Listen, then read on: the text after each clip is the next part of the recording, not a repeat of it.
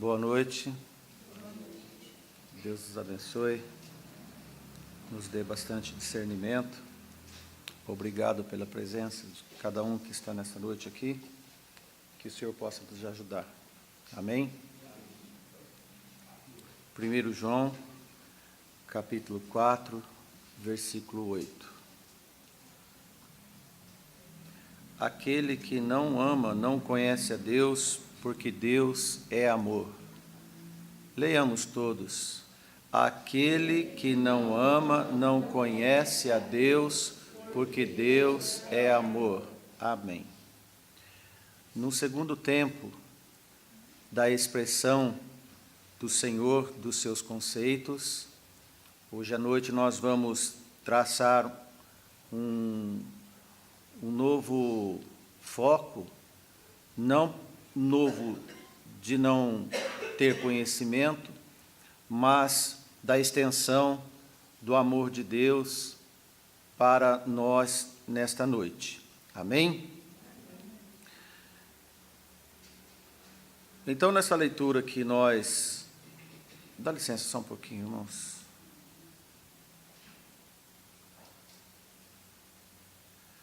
Na nossa leitura inicial de 1 João 4 e 8, aquele que não ama não conhece a Deus, porque Deus é amor.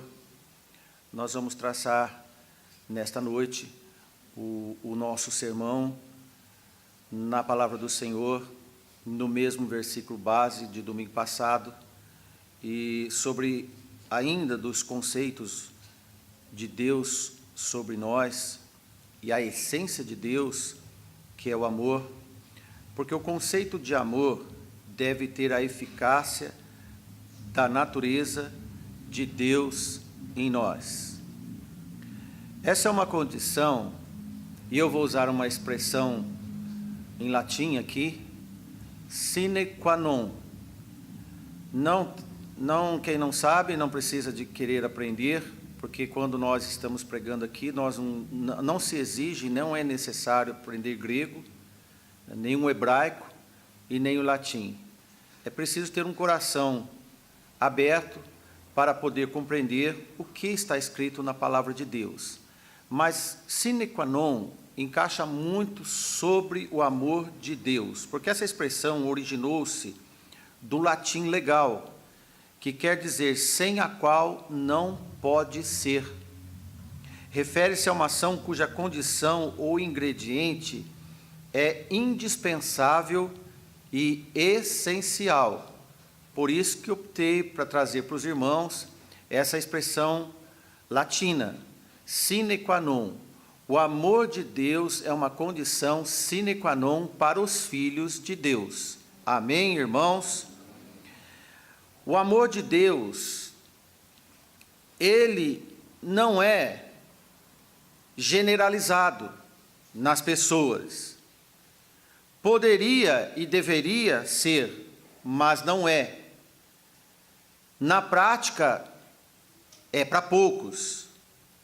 O amor de Deus, então, dessa forma, acaba constituindo uma revolução contra a própria natureza humana, porque ela vem de encontro ao que o ser humano precisa, mas o ser humano recusa. O homem, ele não é epicentro de nada. O homem, ele não é centro gravitacional de nenhum satélite. Nada deve girar em torno deste culto antropocêntrico. Por isso que o culto do homem ao próprio homem, no culto do homem para o próprio homem, não habita o amor de Deus. No individualismo, por exemplo. E 1 João 4 e 7, que é o versículo anterior, diz assim: amados, amemo-nos uns aos outros, porque o amor é de Deus, e qualquer que ama é nascido de Deus e conhece a Deus. Este versículo 7 comporta um suprimento para alavancar aquele que não conhece a Deus, que é o nosso versículo base, que é o 8. Porque o amor é de Deus, é propriedade, é característica, é natureza de Deus. E qualquer que ama é nascido de Deus e conhece a Deus. Olha, nós vemos uma palavra aqui, é nascido de Deus. Qualquer que ama é nascido de Deus. Então o homem não pode se apossar do que não é dele. Ele tem que nascer para que o Senhor apareça nele como nova criatura. Surja nele essa nova característica. Porque o amor não é do homem, é de Deus. Para ter o amor de Deus, deve ser nascido de Deus. Olha, se apossarmos do que não é nosso, então já não é porque veio a nós, é uma posse. E posse nós não podemos tomar do nada, se não houver um catalisador para nos dar o direito de ter o amor de Deus. Entramos na graça, no amor perfeito do Filho de Deus, o nosso Salvador Jesus Cristo. Amém? Então o Pai manifestou o seu amor quando enviou seu Filho a nós, e tivemos acesso para poder nascer, porque até então o amor era uma benevolência a um povo seleto e escolhido. Veja, 1 João 4, agora versículo 9, diz: nisto se manifesta o amor de Deus para conosco, que Deus enviou seu Filho unigênito ao mundo, para que por ele vivamos. Amados, se Deus assim nos amou, também devemos, ou assim devemos, também amar uns aos outros. Amém?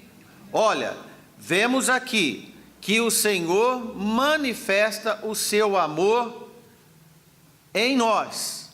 Conosco é um conjunto.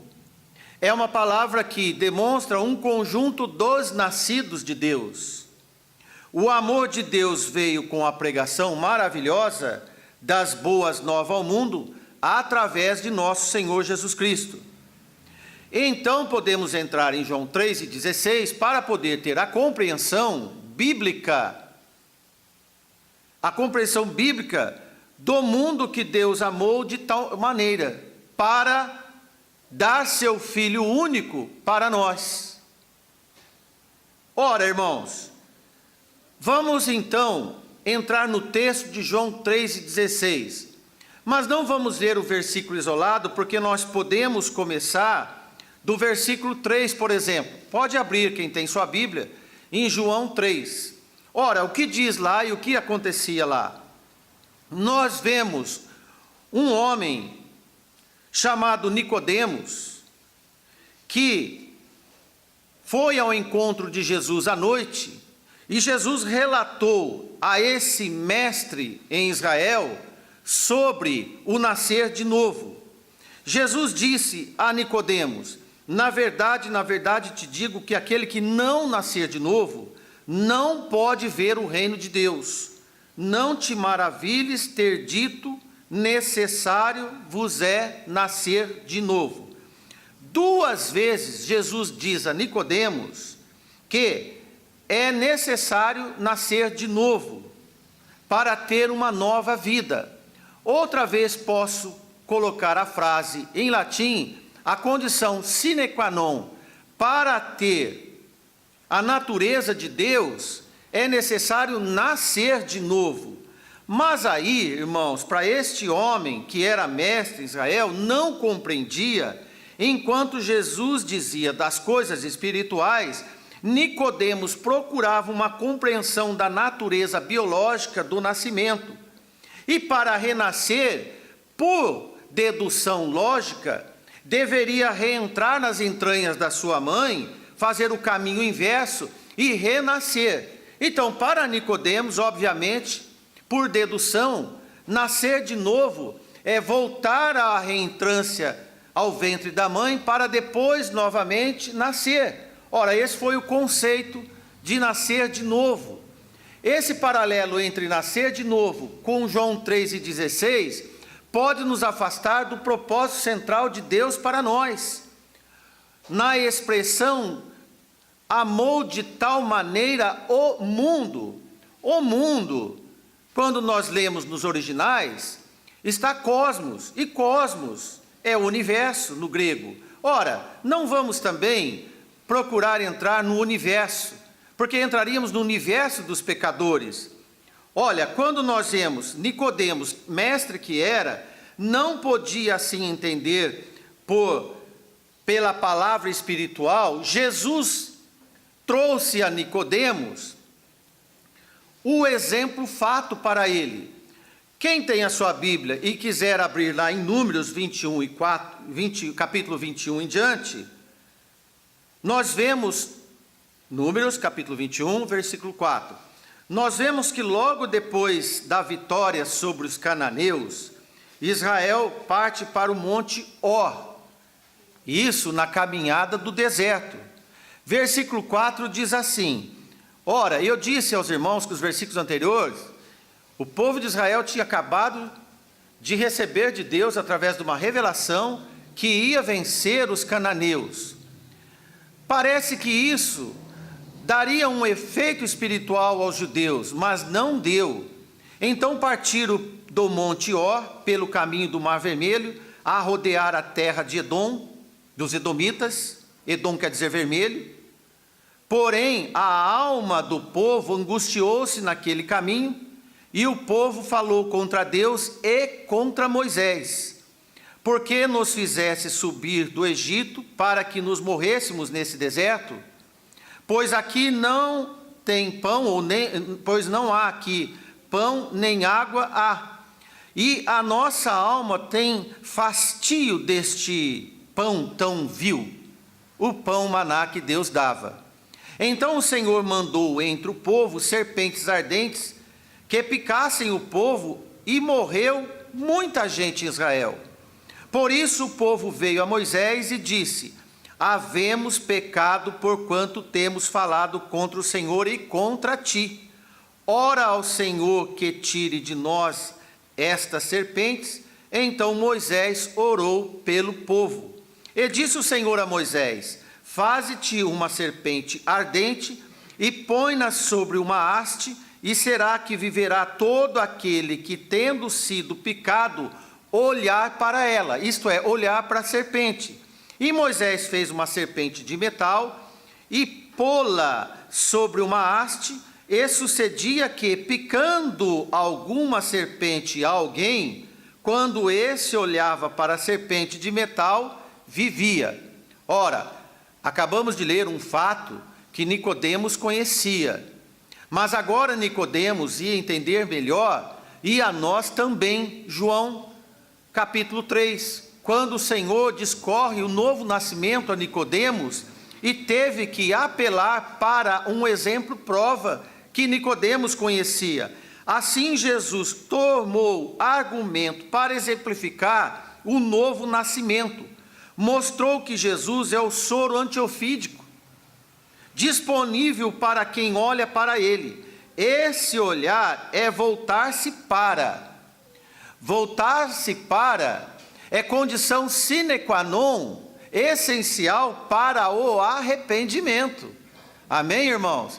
Mas quem olhava para a serpente? Quem era picado, quem estava envenenado, ou quem olhasse para a serpente? Ora, quem olhava?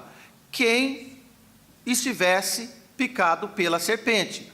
Vamos então, irmãos, no versículo 14, retornando agora o diálogo entre Jesus e Nicodemos, João 3 e 14, e como Moisés levantou a serpente no deserto, o qual nós acabamos de ler em Números, assim importa que o Filho do Homem seja levantado, para que todo aquele que nele crê não pereça, mas tenha vida eterna. Olha, o olhar à serpente é todo aquele que nele crê. Todo aquele é qualquer um que. Amém? Então, dispara João 3,16. Porque Deus amou o mundo de tal maneira que deu seu Filho unigênito, para que todo aquele que nele crê não pereça, mas têm a vida eterna. Jesus dizia a Nicodemos: da mesma forma que o povo envenenado pela picada da serpente, morte certa, olhasse para a serpente que foi levantada com uma haste, todo aquele que também olhar para Jesus e crer em Jesus, vai ter a vida eterna. Esse paralelo, irmãos, João escreve o que Jesus continua a dizer: porque Deus enviou o seu Filho ao mundo, não para que condenasse o mundo, o cosmos, mas para que o mundo fosse salvo por ele. Quem crê nele não é condenado, mas quem não crê já está condenado, porquanto não crê no nome do Filho unigênito de Deus. E a condenação é esta: que a luz veio ao mundo e os homens amaram mais as trevas do que a luz, porque as suas obras eram más. As obras eram más dos homens do tempo de Moisés, assim como também na dispensação da graça de Jesus. Alguns irmãos interpretam João 3,16 como um grupo diferenciado. Irmãos, nós não vamos entrar nessa questão, porque essa questão tem aproximadamente exatamente 500 anos. Mas nós vamos ver na palavra do Senhor, quando nós vemos aqui, que o mundo de João 3,16 é a criação feita por Deus no princípio, agora desordenada por causa do pecado. Vemos aqui que pela promessa de Deus, afastaria as serpentes ardentes, pois elas eram provenientes do pecado do próprio povo, da natureza do homem. Todos nós fomos picados e envenenados pelo pecado de Adão, com a participação da serpente no jardim. Lembramos disso, mas Deus deu uma solução ao pecador.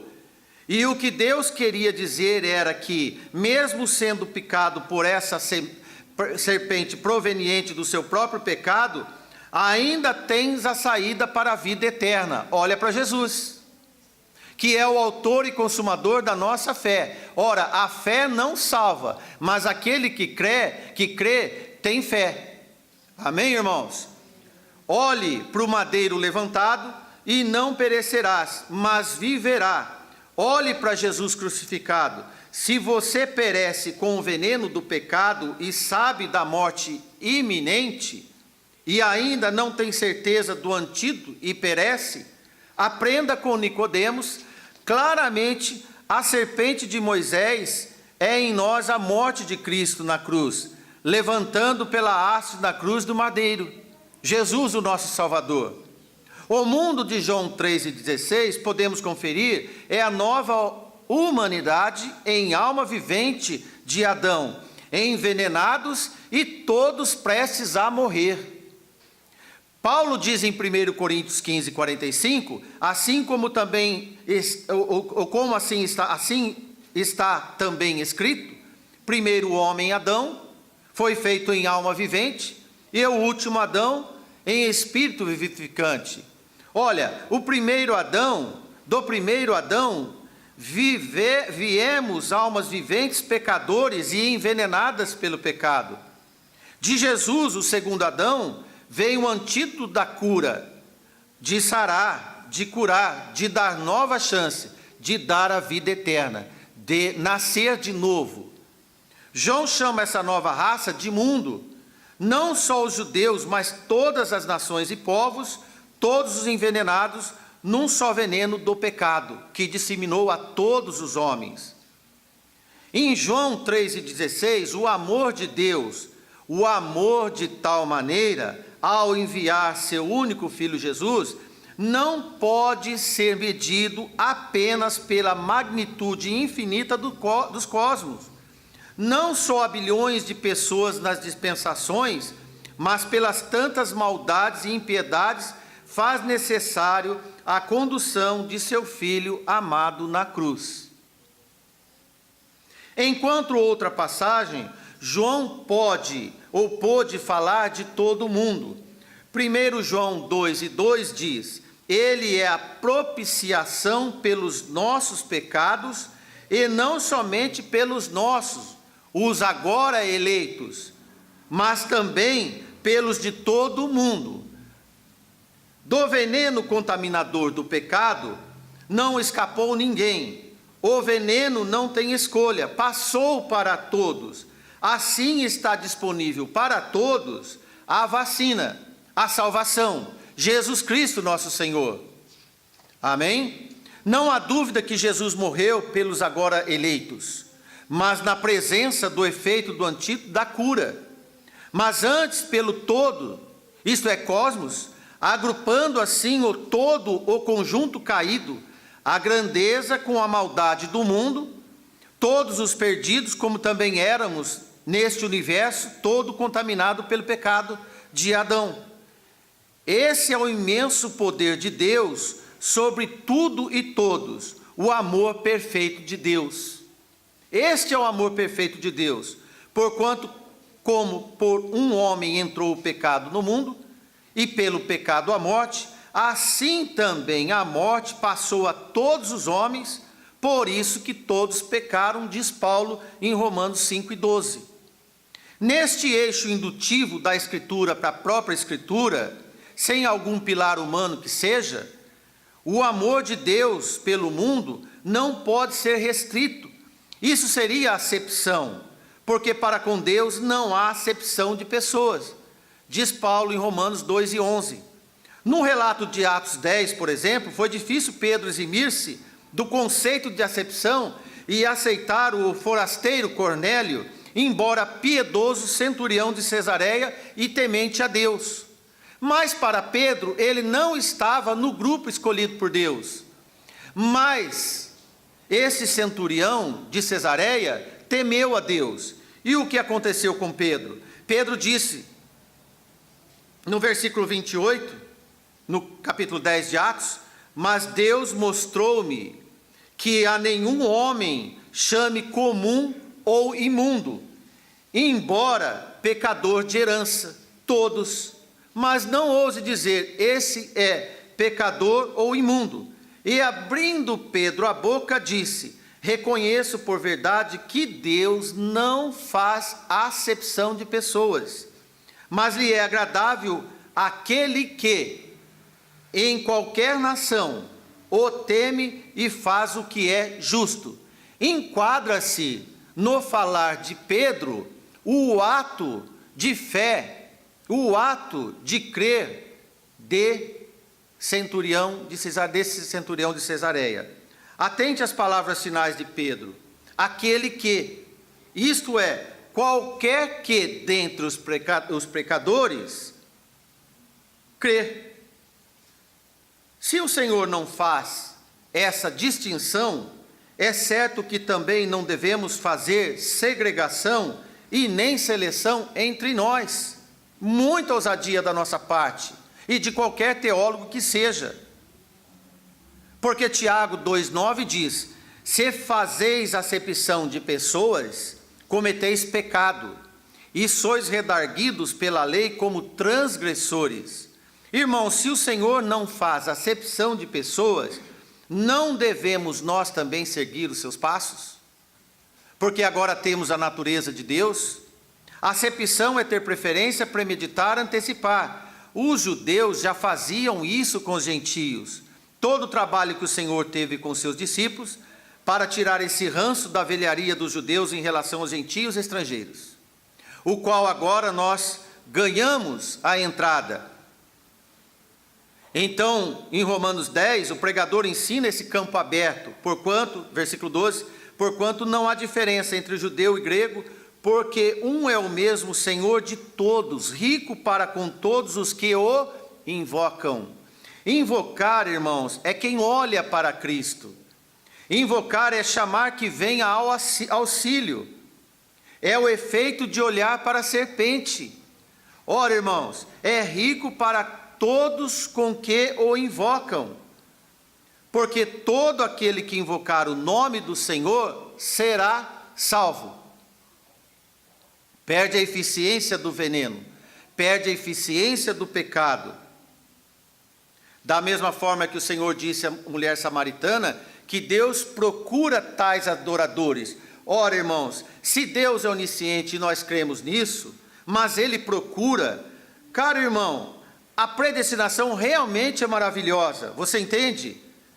Olha, irmãos, que sublime, que perfeição na onisciência de Deus, podemos ler, porque o Pai procura. Você consegue perceber que o amor de Deus transcende, ultrapassa a teologia do raciocínio humano? Querer escrever Deus amor é querer raciocinar seus desígnios, principalmente da invocação no deserto picado por serpente e pedir socorro ou arrependimento. Nicodemos teve que deixar de lado a lógica de sai do ventre para querer entender voltar a nascer de novo. Assim, quem nasceu do pecado não pode deduzir que o retorno ao ventre é possível nascer de novo. Se for possível o retorno ao ventre, não anularia o veneno? Nicodemos não conhecia o amor de tal maneira, embora diante dos seus próprios olhos, frente a frente, face a face. Pode ser que você entende Nicodemos, mas não compreende a palavra do nosso Senhor Jesus Cristo. E ainda que tivesse o dom da profecia, e conhecesse todos os mistérios e toda a ciência, e ainda que tivesse toda a fé, de tal maneira que transportasse os montes e não tivesse amor, nada seria, diz Paulo em 1 Coríntios 3, versículo 2. Devemos evitar posturas como o povo no deserto, por exemplo, em Salmo 78, 40. Quantas vezes o provocaram no deserto e entristeceram na solidão? Vimos na nossa leitura de Números, voltando atrás e tentaram a Deus e limitaram o santo de Israel. Esse é um absurdo, mas tentaram limitar o santo de Israel. Ainda, irmãos, podemos migrar para o mundo das parábolas. E as parábolas não foram destinadas aos filhos de Deus, aos que têm a natureza e o amor de Deus. Se não portar o amor de Deus, você pode estar apenas ouvindo as pregações do Evangelho por parábolas. Veja o que Jesus disse aos discípulos sobre as mensagens cifradas em parábolas pregadas à multidão. Marcos 4. A vós vos é dado saber dos mistérios do reino de Deus, mas aos que estão de fora todas essas coisas se dizem por parábolas. Motivo para que, vendo, vejam e não percebam, e ouvindo, ouçam e não entendam, para que não se convertam e lhes sejam perdoados os pecados. Então, que o amor de Deus não seja como pregação enigmática em parábolas. Ver como Nicodemos viu naquela noite, mas não conheceu o Pai e o Filho, ainda que Jesus apelasse para o exemplo prova Nicodemos. Deus é amor, se não ama, não manifesta o Pai e não tem o Filho. Aí não existe parábola mais, há o entendimento dos mistérios de Deus. João ainda escreve na sua primeira carta, relendo no capítulo 4, versículo 8, aquele que não ama não conhece a Deus, porque Deus é amor. Nisso se manifesta o amor de Deus para conosco, que Deus enviou o seu Filho unigênito ao mundo, para que por ele vivamos. E vimos e testificamos que o Pai enviou o seu Filho para salvar o mundo. Qualquer que confessar que Jesus é o Filho de Deus, Deus está nele e ele em Deus. E nós conhecemos e cremos no amor que Deus nos tem. Deus é amor, e quem está em amor está em Deus e Deus nele. Interessante que João novamente diz, qualquer que confessar, qualquer que dentre os homens confessar, e que Jesus é o Filho de Deus, Deus está nele e ele em Deus. A pregação da Galileia, irmãos, deve estar em operação ainda, por incrível que pareça. O Evangelho da Graça. Vinde que estão cansados e oprimidos para o alívio do Senhor, para tirar as dores do pecado, as dores do veneno. Por isso que Jesus disse isso lá em Mateus 11, 28 a 30, quem quiser ler. E Jesus contempla dizendo, tomai sobre vós o meu jugo, aprender de mim que sou manso e humilde de coração, e encontrareis descanso para as vossas almas, porque o meu jugo é suave e meu fardo é leve. Irmãos, o mundo que Jesus pregou não pode ser limitado por nós. Quanto mais nós, os ramos enxertados, povo forasteiro, como o centurião de Cesareia, recebidos na graça por Cristo Jesus, não temos o direito de avançar para querer fechar fatura dos incompreensíveis mistérios de Deus. Jamais. Nós devemos mirar na cruz de Cristo e ensinar os portadores do veneno do pecado, tão ambientados com o efeito devastador do pecado, do veneno. Precisamos, com urgência, sinalizar as placas de socorro do atendimento, da cura e da salvação. Este é o ID que o Senhor ensinou aos seus discípulos e passou como comissão e responsabilidade à igreja e aos membros da igreja.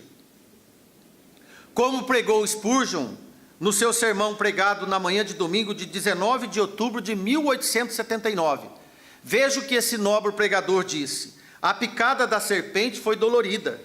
Nesse texto é dito que as serpentes são ardentes, uma palavra que se refere à sua dor, entretanto, mais provavelmente faz referência aos efeitos destrutivos do veneno. Ele aquece e inflama o sangue, então cada veia se torna um rio de ebulição, crescendo com aflição. Irmãos, esse é o sentimento de quem está em pecado. Em algumas pessoas que o veneno de víboras que chamamos de pecado inflamou suas mentes, eles estão sem descanso, descontentes e cheios de medo e de angústias. Eles escrevem sua própria condenação, eles têm certeza que estão perdidos, recusam todas as notícias de ajuda. O socorro chega, mas negam. Não se pode esperar que prestem uma atenção calma, sóbria à mensagem da graça. O pecado os atemoriza tanto que se rendem como homens mortos. Eles estão em sua apreensão, como disse Davi: livre-me entre os mortos, como os feridos de morte que jazem na sepultura, dos quais te não lembro mais. Salmos 88, 5. Ah, que terrível, diz Spurgeon, é que encontre lisonjeadores nos púlpitos, que estimulam seu amor pelo pecado e tocam a mesma melodia do veneno. Nós não somos dessa classe, diz Spurgeon. Acreditamos que o Senhor falou em toda a sua solenidade de temor, e conhecendo o temor do Senhor, nós persuadimos os homens a escapar disso, escapar do veneno. Esse é um breve relato, uma breve cópia desse sermão que esse pregador fez sobre esse tema. A nós, irmãos, podemos compreender no amor do Senhor, se não podemos entrar na parábola ou entrar no discernimento da lógica humana de Nicodemos, então nós não podemos nem trabalhar nas parábolas, nem na dedução lógica de Nicodemos, mas nós temos que entrar no Espírito do Senhor para compreender os mistérios do Senhor, para que nós podemos ter o amor de Deus em nós. Porque quando olhamos para Cristo, quando nos arrependemos dos nossos pecados, então nós vamos obter o conceito de Deus em nós, a condição sine qua non para poder viver no Senhor. Essa é a eficácia da natureza de Deus nos filhos de Deus, transformados pela morte de Jesus na cruz. E diz Jesus a Nicodemos: assim como Moisés levantou com uma haste a serpente, assim também o Filho do Homem morreu na cruz. Que Deus nos abençoe, que não seja só um conceito, emocional, um conceito de intelecto, mas de viva e eficácia em todos nós. Amém, irmãos? Que Deus nos abençoe, uma boa semana a todos, fiquem na paz do Senhor. Amém.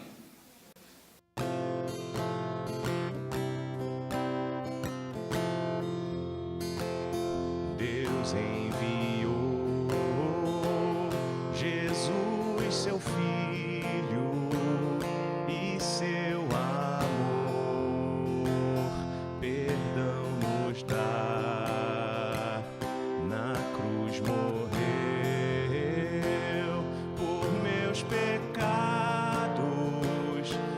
mas ressurgiu e vivo com o Pai está.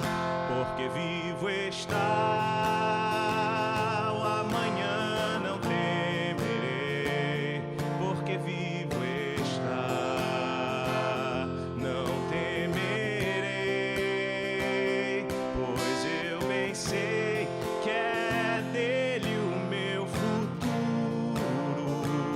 A vida vale a pena, Cristo vivo está.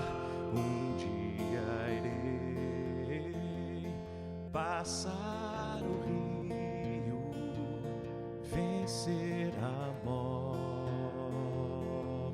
sem temor, morrer pra mim será vitória.